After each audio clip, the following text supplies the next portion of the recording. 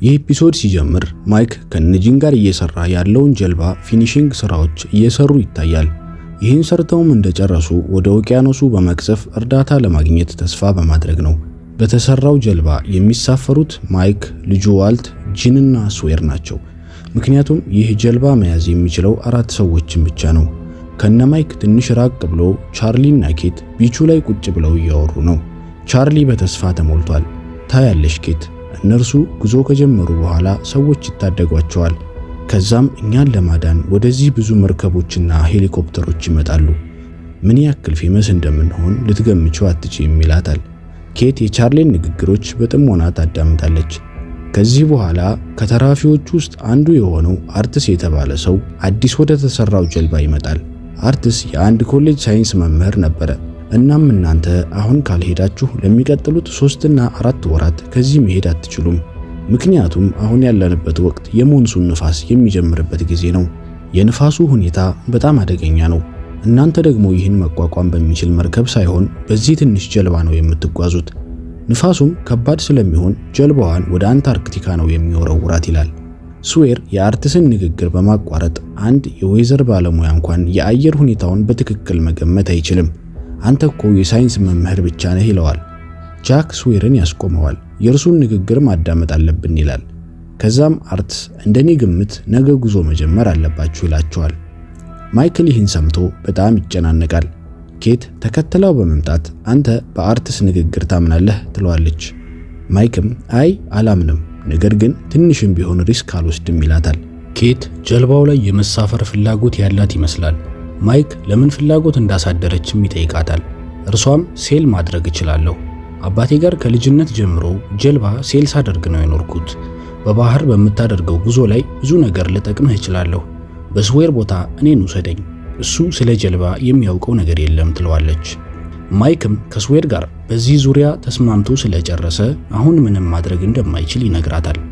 ከቆይታዎች በኋላ ማይክ ስዌር ጋር ይገናኛል። ኬት ያለችውን አስታውሶም ስለ ሴሊንግና ናቪጌሽን ዕውቀቱ አለ ሆይ ብሎ ይጠይቀዋል። ስዌር ምንም ዕውቀቱ አልነበረውም። እናም አንተስ ዕውቀቱ ኖሮህ ነው ማይክ? እኔን ከዚህ ጉዞ አስወግደህ በእኔ ቦታ ማንን መተካት ፈልገህ ነው ብሎ ይጠይቀዋል። ማይክም ኬትን ይለዋል። ስዌር በጣም በመናደድ ወደ ኬት ይሄዳል። ከእርሷ ጋር ሲደርስ አንድ ፌክ አይዲ እየሰራች ነበር። ማይክን በእኔ ላይ እንዲያምጽ ያደረግሽው ለምንድን ነው ይላታል። ኬት ስለምንድን ነው የምታወራው ትለዋለች። ስትሄድም እጇን ጎትቶ በመያዝ ምን እያደረግሽ እንደሆነ አውቃለሁ፣ ያኔም ብሪፍ ኬዙን ለምን ስታሳድጂ እንደነበረ አውቄያለሁ። አንቺ አንድ ወንጀለኛ ነበርሽ፣ ማርሻሉ ይዞሽ ነበረ። አሁን አምልጠሽ ለመጥፋት ነው ዓላማሽ። ነገር ግን አታስቢ፣ ያንቺን ጉድ ሁሌም ሚስጥር አድርጌ ይዘዋለሁ ውዴ። ብቻ የኔን ቦታ ለመውሰድ መቼም ቢሆን እንዳታስቢው ብሏት መሄድ ይጀምራል። ኬትም ስዌር እኔ ያንተን ቦታ መውሰድ ከፈለኩ አልጠይቅህም፣ እንዲሁ እነጥቀሃለሁ እንጂ ትለዋለች። በሌላ በኩል ጫካ ውስጥ ሰይድ ጃክን የሆነ ቦታ እየወሰደው ነው። ጃክ የት ነው የምትወስደኝ እያለ ይጠይቀዋል።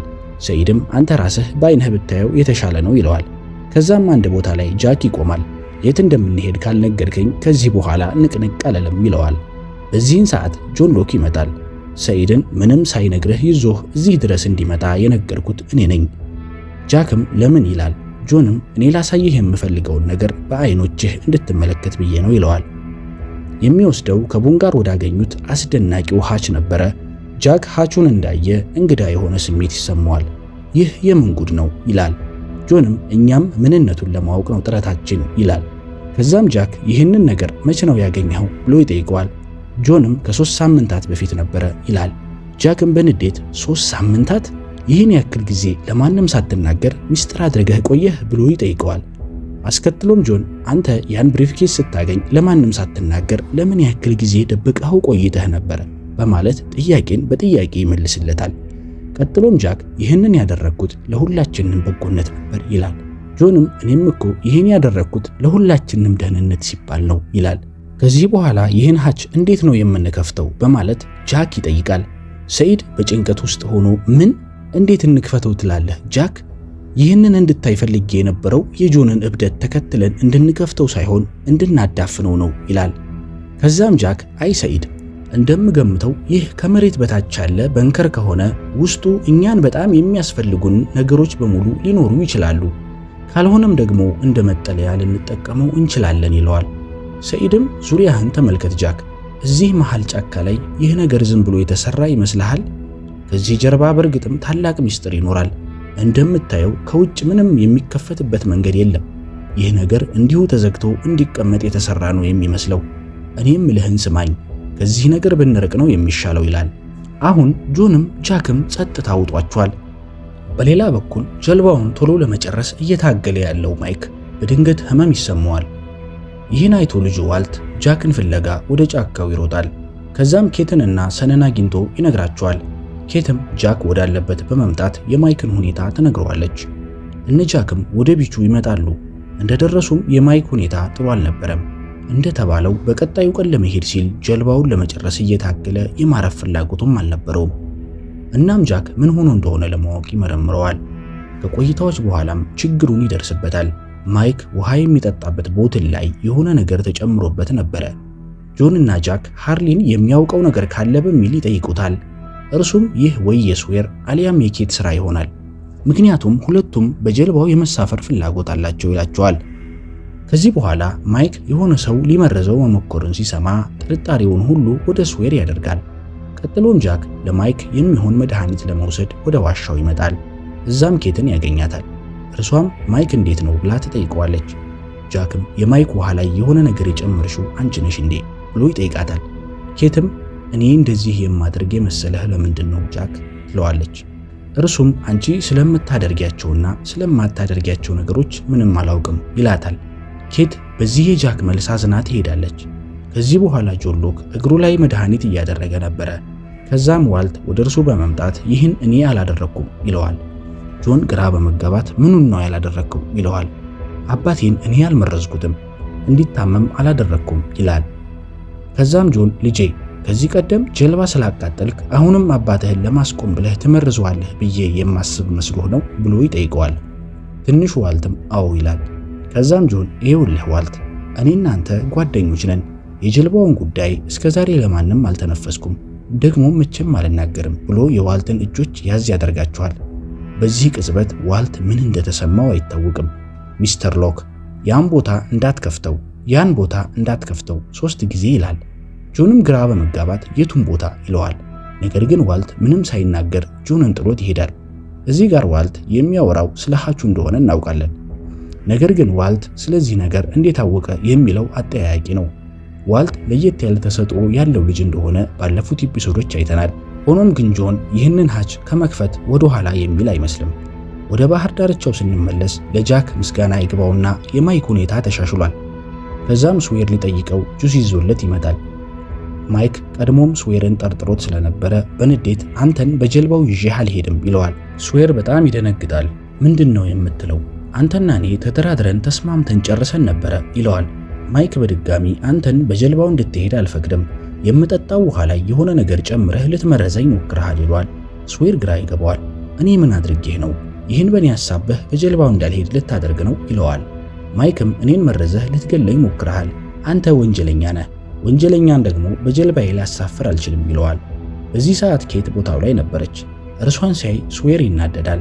ከዛም በይ ኬት አሁን ለሁሉም እውነቱን የምትናገሪበት ሰዓት ነው ይላል። ከዛም የያዘችውን ቦርሳ ይቀማታል። ከቦርሳውም ያዘጋጀችውን ፌክ አይዲ አውጥቶ ለሁሉም ያሳያል። ኬት ስዌርን እባክህ እንደዚህ አታድርግ እያለች ትታገለዋለች። ሆኖም እርሱ ኬት ከዚህ በፊት ሰጥማ የሞተችውን ሴት አይዲ እንደራሷ አድርጋ ልትጠቀምበት መሆኑን ለሁሉም ይናገራል። በዚህ ሁኔታ ኬት ተገዳ እውነቱን መናገር ትጀምራለች። እርሷ አንድ ወንጀለኛ እንደነበረች ማርሻሉ ይዟት እንደነበረና የውሸት አይዲ አዘጋጅታ ከዚህ ለመሄድ ያሰበችው ከመታሰር ለመትረፍ መሆኑን ለሁሉም ትናገራለች። ከዛም ስዌር እና ወንጀለኛው ማን ነው ይላል። አሁን ማይክ ኬትን ይዟት እንደማይሄድ ግልጽ ሆኗል። ፊልሙ እዚህ ላይ የኬትን ያለፈ ሕይወት ያሳየናል። ኬት ለብዙዎቻችን ጥያቄ የነበረውን ወዳሁት ያለችውን ሰው ታሪክ ፊልሙ አሁን ምላሽ ይሰጠናል። ኬት ወደ አንድ ሞቴል ትመጣለች። በሰራችው አንድ ወንጀል በፖሊስ ተፈላጊ በመሆኗ የፀጉሯን ከለርና ማንነቷን ቀይራለች። ግን ምን ወንጀል ፈጽማ ነው የሚለውን በቀጣይ ክፍሎች የምናውቅ ይሆናል። በሰራችው ወንጀል ተደብቃ የምትኖረው ኬት አንድ ቶም የተባለ ጓደኛዋን ለማግኘት ትሄዳለች። ቶም አንድ ዶክተር ሲሆን ከኬት ጋር ከልጅነት ጀምሮ ጓደኞች ነበሩ። ይህ ጓደኝነታቸውም ወደ ፍቅር ተቀይሮ ነበረ። ሆኖም ከጊዜ ጋር ነገሮች ተቀየሩ። እናም በፍቅር ላይ አንድ ላይ መቆየት አልቻሉም ነበር። አሁን ቶም አግብቶ የ2 ዓመት ልጅ አባትም ሆኗል። እናም ኬት ይህን ሁሉ ተክዛ ታያለች። ወደ እርሱ የመጣችው እናቷ በጠና ታማ ሆስፒታል ገብታለች። በቀላሉ እናቷን ሄዳ እንዳታገኝ በፖሊስ እየተፈለገች ነው። ስለዚህም ቶም እናቷን እንድትጠይቅ እንዲረዳት ትጠይቀዋለች።